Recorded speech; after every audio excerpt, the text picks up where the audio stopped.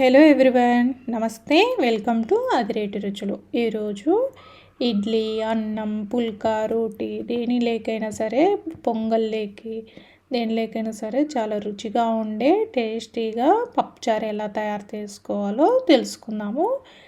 ఇలా చేస్తే చాలా టేస్టీగా ఉంటుంది. ముందుగా ప్రాసెస్లోకి వెళ్దాము. నేను ఇక్కడ ఒక చిన్న గ్లాసు కందిపప్పు తీసుకుంటున్నాను. ఇలా కందిపప్పు తీసుకున్న తర్వాత అందులోకి వాటర్ వేసి 2 సార్లు బాగా క్లీన్ చేసుకొని పెట్టుకుందాము. ఇలా క్లీన్ చేసుకున్న తర్వాత వాటర్ మొత్తం వంపేసుకుందాము. ఇప్పుడు వాటర్ మొత్తం వంపేసుకున్నాం కదా, ఇందులోకి మనం ఏ గ్లాస్ అయితే తీసుకున్నామో ఆ గ్లాస్తో 3 కప్పులు వాటర్ తీసుకుంటున్నాను. అందులోకి బాగా మగ్గిన టమాటాలు 4 మీడియం సైజ్ టమాటాలు వేసుకుంటున్నాను. ఇలా టమాటాలు వేసిన తర్వాత ఇందులోకి 1/2 టేబుల్ స్పూన్ పసుపు వేసి కుక్కర్ మూత పెట్టి 3-4 విజిల్స్ వేయించుకుందాము.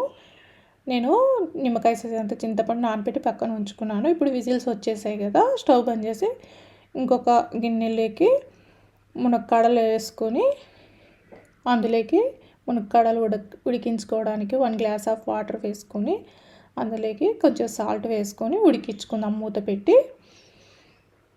ఇప్పుడు ఒకసారి మూత తీసి చూద్దాము. కాస్త మునక్కాడలు ఉడికేటప్పుడు అందులోకి 1 మీడియం సైజ్ టమాటా వేసుకొని మళ్ళీ మూత పెట్టి ఉడికించుకుందాము. ఈలోగా మునక్కాడలు ఉడికే లోపల పప్పు విజిల్ మొత్తం అయిపోయింది. అందులోకి పప్పుకు సరిపడినంత ఉప్పు వేసుకొని బాగా మెదుపుకుందాము. ఇలా మెదిపేసుకున్న తర్వాత మనం ముందుగా చింతపండు నానబెట్టుకున్నాం కదా, ఆ గుజ్జు తీసేసి ఇందులోకి వేసి బాగా కలుపుకున్నాము. ఈలోగా మునక్కాడలు ఉడికిపోయాయి. ఒకసారి చూద్దాము. ఇప్పుడు మునక్కాడలు ఉడికిపోయాయి కదా, మనం ముందుగా పప్పు మెదిపి పెట్టుకున్నాం కదా, అది ఇందులోకి వేసేసుకుందాము. ఇలా వేసుకున్న తర్వాత అదే కుక్కర్లో కొంచెం వాటర్ వేసుకొని ఆ వాటర్ కూడా వేసేసుకుందాము. ఇక్కడ మీ ఇష్టం, మీకు ఎంత వాటర్ కావాలో అంత యాడ్ చేసుకోవచ్చు. ఇలా వాటర్ వేసుకున్న తర్వాత ఒకసారి బాగా కలిపి పక్కన పెట్టుకుందాము. తర్వాత ఒక కడాయిలో 2 టేబుల్ స్పూన్ల ఆయిల్ వేసుకొని 1/2 టేబుల్ స్పూన్ జీరా, 1/2 టేబుల్ స్పూన్ ఆవాలు చిటపట్లు ఆడిన తర్వాత అందులోకి 1 మీడియం సైజ్ ఆనియన్, 2 వెల్లుల్లి రెబ్బలు చితక్కొట్టేసుకున్నాను. ఇవి కాస్త వేయించుకుందాము. ఇలా కాస్త వేయించుకున్న తర్వాత అందులోకి నేను 6-7 పచ్చిమిర్చి సన్నగా పొడవుగా కట్ చేసి పెట్టుకున్న పచ్చిమిర్చి వేసుకున్నాను. ఇక్కడ నేను కారం ఏమి వేయట్లేదు, ఇదే సరిపోతుంది ఈ పచ్చిమిర్చిలో ఉన్న కారం మొత్తము. అందులోకి ఒక ఎండుమిర్చి కూడా తుంపేసుకున్నాను. ఇలా కాస్త ఫ్రై చేసుకున్న తర్వాత ఒక రెమ్మ కరివేపాకు వేసుకొని ఫ్రై చేసుకుందాము.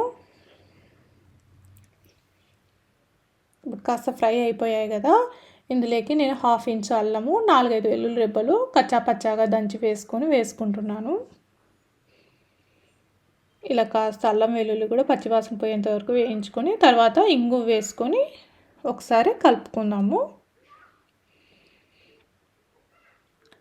ఇప్పుడు మనము ముందుగా ఈ పప్పుచారులోకి మనం వేయించి పెట్టుకున్న పోపుని ఇందులోకి వేసేసుకొని ఒక పొంగు వచ్చేంత వరకు ఉడికించుకుందాము.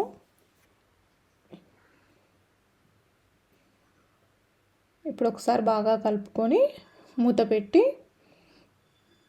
కాస్త పప్పుచారు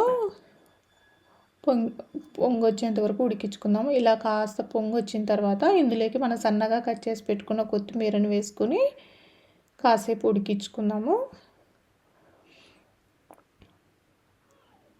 ఇప్పుడు నేను ఎక్స్ట్రా సాల్ట్ ఏం వేయట్లేదు, దానికి సరిపోయేంతనే వేసుకున్నాను ముందుగానే. ఇలా కాస్త ఉడికిన తర్వాత స్టవ్ బంద్ చేసుకుందాం. అంతేనండి, చాలా టేస్టీగా ఉండే ఇడ్లీ దేంట్లోకైనా సరే చాలా టేస్టీగా ఉండే పప్పుచారు రెడీ అండి. నచ్చితే మీరు కూడా ట్రై చేసి చూడండి. మీకు నా వీడియో నచ్చినట్టయితే లైక్ చేసి సబ్స్క్రైబ్ చేయండి. అలాగే రెసిపీ ఎలా వచ్చింది కామెంట్ చేసి చెప్పండి. Thank you everyone.